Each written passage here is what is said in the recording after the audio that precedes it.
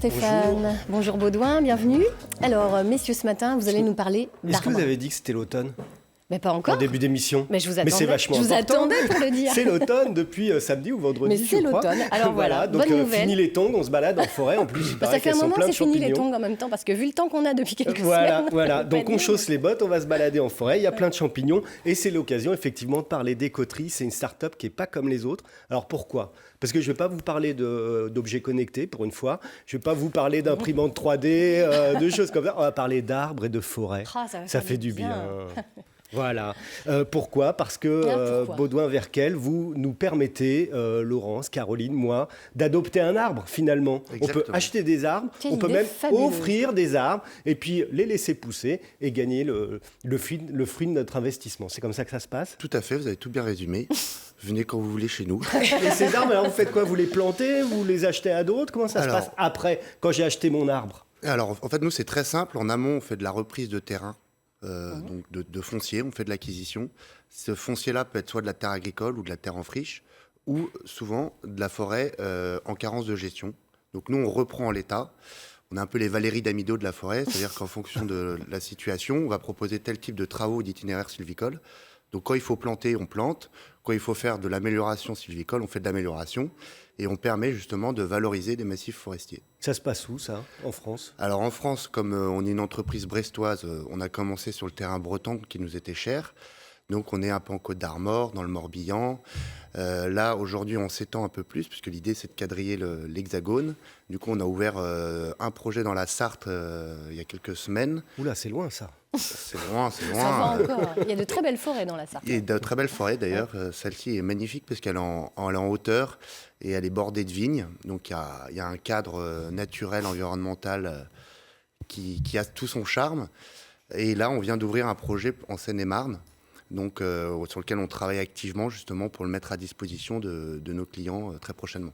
Alors, vous travaillez dans un contexte particulier parce que la filière bois, elle ne va pas si bien que ça, ou en tout cas, il y a des choses à faire. Et c'est pour ça que la région, il y a 2 ans, a lancé le Breizh Power Programme. Ouais, Breizh Forêt Programme. Voilà. Qui est un programme pour soutenir la filière. On vous résume ça en 2 mots. C'est le paradoxe en Bretagne. La région est l'une des plus attractives dans l'utilisation du bois et pourtant elle fait partie des régions les moins forestières de France. Le taux de boisement est de 14% contre 30% au niveau national. Autre difficulté qui vient freiner la filière bois, les parcelles de forêt sont fortement morcelées. 90% des surfaces appartiennent à plus de 114 000 propriétaires privés.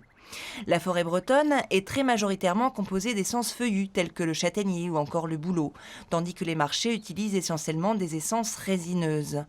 Parallèlement, la Bretagne dispose d'une véritable dynamique en termes de marché. Plus de 10% des maisons en bois sont construites en Bretagne. La région est également pilote dans la vente d'appareils de chauffage au bois. Si à ce jour la ressource forestière locale permet un approvisionnement suffisant des scieries, la filière doit anticiper. Le programme Breizh Forêt Bois va ainsi proposer une aide à l'investissement destinée aux propriétaires privés ainsi qu'aux collectivités territoriales. Des essences de production de bois d'œuvre vont être implantées sur des surfaces forestières aujourd'hui occupées par des essences sans intérêt économique. Le programme se donne 5 ans pour essayer de développer la surface forestière de 1% en Bretagne. Alors, on voit, on n'est pas les champions de la forêt, en tout cas de la forêt privée, de la forêt pour l'exploitation, la filière bois en Bretagne. Alors, c'est aussi un cas qui est national, hein. Il y a des spécificités en région, mais là, si on regarde, beaucoup de choses ont été dites, c'est que déjà la forêt française souffre du fait qu'il y a énormément de petits propriétaires, donc la forêt française est très morcelée et très parcellisée. Ce qui est un frein, du coup, à l'application d'une gestion durable des parcelles, parce que quand vous avez 1 ou 2 hectares, ça peut être très coûteux de se lancer dans les vrais entretiens. Donc, c'est pour ça que déjà, il y a beaucoup de dispositifs qui tentent à regrouper plein de petits propriétaires, justement pour mutualiser ces coûts de gestion et de permettre ainsi à ce que la forêt remplisse, 1, son office environnemental, et 2, quelle est sa valeur économique, puisque c'est toute une filière derrière qui embauche plus de 400 000 personnes en France.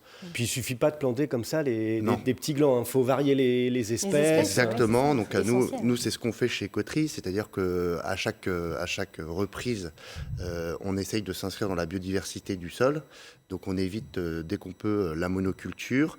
On est dans une gestion où on essaie d'améliorer les futaies sur de la régénération naturelle. Donc permettre à ce que le sol de lui-même fasse ressortir de nouveaux plants, de nouvelles régénérations et pas faire que de la plantation pure et dure. Donc voilà, il y a tout un savoir-faire qui est ancestral et qu'on essaye de mettre à contribution grâce à Vianney, qui est notre compétence forestière au sein des coteries, qui en parlerait encore mieux que moi ici. Et donc, du coup, voilà, il y a des vrais enjeux aujourd'hui en France sur la forêt, parce que c'est quand même un patrimoine après nos vieilles demeures, nos vignes. La forêt française, ça s'inscrit quand même dans le paysage, sans mauvais jeu de mots. Donc, il y a un réel devoir d'implication et il y a un réel enjeu environnemental, parce qu'aujourd'hui, la forêt française, c'est quand même un poumon européen non négligeable. Donc plus on s'impliquera, mieux elle se portera.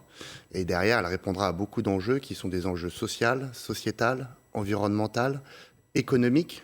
Parce que derrière, c'est toute une filière. Et en plus, on est dans le monde du vivant.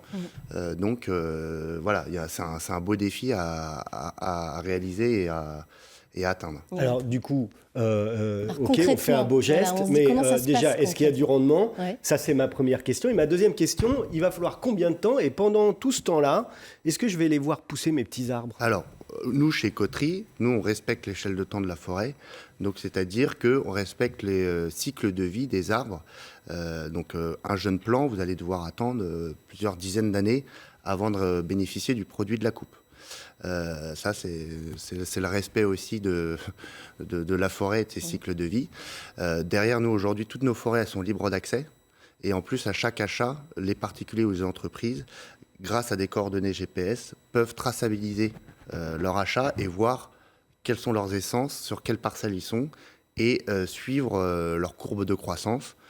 Donc, il y a une traçabilité exemplaire, puisqu'aujourd'hui, vous prenez votre voiture ou votre vélo, si vous êtes encore plus éco-responsable, et vous pouvez vous rendre sur les parcelles et limite ramasser des châtaignes dans nos forêts en automne, depuis vendredi, puisque c'est le jour de l'automne, et ainsi, voilà, voir ce pourquoi vous avez investi. Avec un rendement? Alors, la forêt française, ça peut aller entre 2-3% équivalent annuel. Parce que ce qui est permis, ce rendement est rendu possible par le simple fait qu'il y a une bonne gestion, une gestion raisonnée et appliquée de la forêt.